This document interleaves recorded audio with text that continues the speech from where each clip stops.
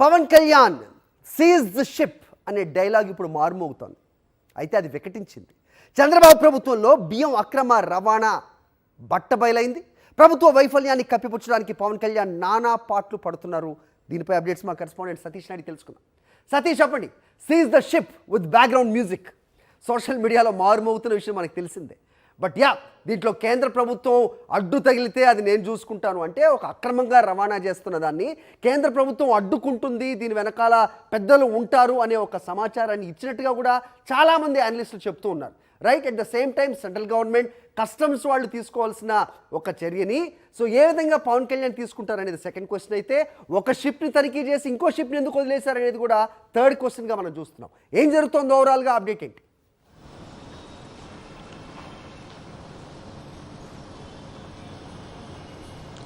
అది seize the ship పేరుతో ఒక పెద్ద ఎపిసోడ్ని నడపాలనుకున్నటువంటి పవన్ కళ్యాణ్ ప్రయత్నం ఘోరంగా వికటించింది. ఇప్పుడు ప్రతిపక్షం పైన, గత ప్రభుత్వం పైన విమర్శలు చేయడం కోసం పవన్ ఎంచుకున్నటువంటి అంశం ఈ రాష్ట్ర ప్రభుత్వ ఆధ్వర్యంలో చంద్రబాబు ముఖ్యమంత్రిగా, పవన్ కళ్యాణ్ ఉప ముఖ్యమంత్రిగా ఉన్నటువంటి ఈ ప్రభుత్వంలో ఏ స్థాయిలో బియ్యం అక్రమ రవాణా కాకినాడ పోర్ట్ నుండి జరుగుతుందో బట్టబయలు చేసింది. అదేవిధంగా దీనికి కేంద్రం కూడా సహకరిస్తుందన్న ధోరణిలో పవన్ కళ్యాణ్ మాట్లాడి అటు రాష్ట్రంలోనూ కేంద్రంలోనూ ఎన్డీఏలో భాగస్వామిగా ఉన్నటువంటి పవన్ కళ్యాణ్ బీజేపీ, జనసేన, తెలుగుదేశం పార్టీ, ఈ మూడు పార్టీలకు సంబంధించినటువంటి ప్రభుత్వ వైఫల్యాన్ని బట్టబయలు చేసింది. ఎప్పుడైతే దాన్ని ఆ ప్రభుత్వ లోపాలు ఈ ప్రభుత్వంలో జరిగినటువంటి బియ్యం అక్రమ రవాణా వ్యవహారం బట్టబయలైందో దాన్ని డైవర్ట్ చేయడం కోసం నానా పాటలు పడుతున్నటువంటి పవన్ కళ్యాణ్ ప్రజల ముందు మాత్రం ఖచ్చితంగా ఇదొక డ్రామాగా మిగిల్చేశారన్నటువంటి ఒక అభిప్రాయాన్ని ఏర్పరచుకున్నారు. మరీ ముఖ్యంగా ఇందులో కొన్ని ప్రశ్నలు ఇప్పుడు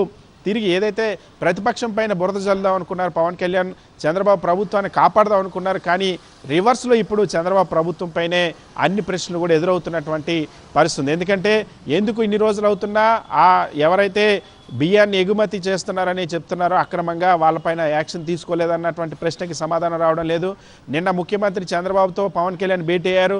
ఈ అంశం కోసమే భేటీ అయ్యారని విపరీతమైనటువంటి ప్రచారం చేశారు. కానీ ఆ భేటీ తర్వాత ఇప్పటి వరకు ఎటువంటి యాక్షన్ లేదు, ఎటువంటి ప్రకటన కూడా లేదు. అంతేకాకుండా వైఎస్ఆర్ కాంగ్రెస్ పార్టీ చాలా స్పష్టంగా ఈ అంశంలో కొన్ని ప్రశ్నలు వేస్తుంది. ఆ ప్రశ్నలకి ఇప్పటికీ పవన్ కళ్యాణ్ నుండి కానీ నాదెండ్ల మనోహర్ నుండి కూడా సమాధానం రావడం లేదు. గతంలో నాదెండ్ల మనోహర్ సీజ్ చేసినటువంటి బియ్యాన్ని అదే నాదెండ్ల మనోహర్ ఆధ్వర్యంలో ఉన్నటువంటి పౌర సరఫరాల శాఖ చెక్ పోస్టులు దాటుకొని మళ్ళీ పోర్టులోకి ఎలా వెళ్ళాయి, దాన్ని అనుమతించింది ఎవరు, ఎందుకు వారిపైన యాక్షన్ తీసుకోలేదు అన్నది ఒకటి. రెండోది, పవన్ కళ్యాణ్ కూడా స్థానికంగా ఉన్నటువంటి కాకినాడ టీడీపీ ఎమ్మెల్యే కాంప్రమైజ్ అయిపోయారని మాట్లాడుతూ ఉన్నారు. కానీ తన పక్కనే ఉన్నటువంటి నాదెండ్ల మనోహర్ ఏం చేస్తున్నారని ఎందుకు ప్రశ్నించలేదు? గతంలో హోంమంత్రి అనితను ప్రశ్నించినటువంటి పవన్ కళ్యాణ్ ఇప్పుడు తన కూటమిలో తన పార్టీలో ఉన్నటువంటి మంత్రి అయినటువంటి నాదెండ్ల మనోహర్ని ఎందుకు ప్రశ్నిస్తుంది? దీనికి అన్నిటికంటే కూడా మరొక ప్రశ్న ఇప్పుడు నిన్నటువంటి రాజకీయ సంచలనంగా మారింది. ఇదే ఏవైతే పవన్ కళ్యాణ్ కాకినాడ పోర్టుకు వెళ్ళినప్పుడు తనిఖీ చేసిన షిప్ పక్కనే మరొక షిప్, అక్కడ కెన్స్టార్ షిప్లో తెలుగుదేశం పార్టీ నాయకుడు, ప్రస్తుత ఆర్థిక శాఖ మంత్రి పయ్యావుల కేశవ్కు సంబంధించినట్టు వియ్యంకుడు దాదాపుగా 42,500 మెట్రిక్ టన్నుల బియ్యాన్ని ఎగుమతి చేస్తున్నటువంటి షిప్ ఉంది. దాన్ని ఎందుకు తనిఖీ చేయలేదు, దాన్ని ఎందుకు పరిశీలించలేదు పవన్ కళ్యాణ్? అందులో అక్రమ బియ్యం తరలిపోయినా పట్టించుకోరని అంటూ కూడా ప్రశ్నలు వస్తుంది. వీటన్నిటికీ కూడా పవన్ కళ్యాణ్ నుండి ఇప్పటివరకు కూడా సమాధానం రావడం లేదు. ప్రభుత్వం నుండి కూడా ఎటువంటి సమాధానం రాకపోవడం అనేది అనేక అనుమానాలకు తావిస్తుంది. రైట్ సతీష్, ఇక పవర్ స్టార్, పవర్ఫుల్ మినిస్టర్, ఇక్కడ గమనించాల్సిన రెండు అంశాలు ప్రస్తుతం సోషల్ మీడియాలో అలాగే యానలిస్ట్ నుంచి కూడా ఎదురవుతోంది.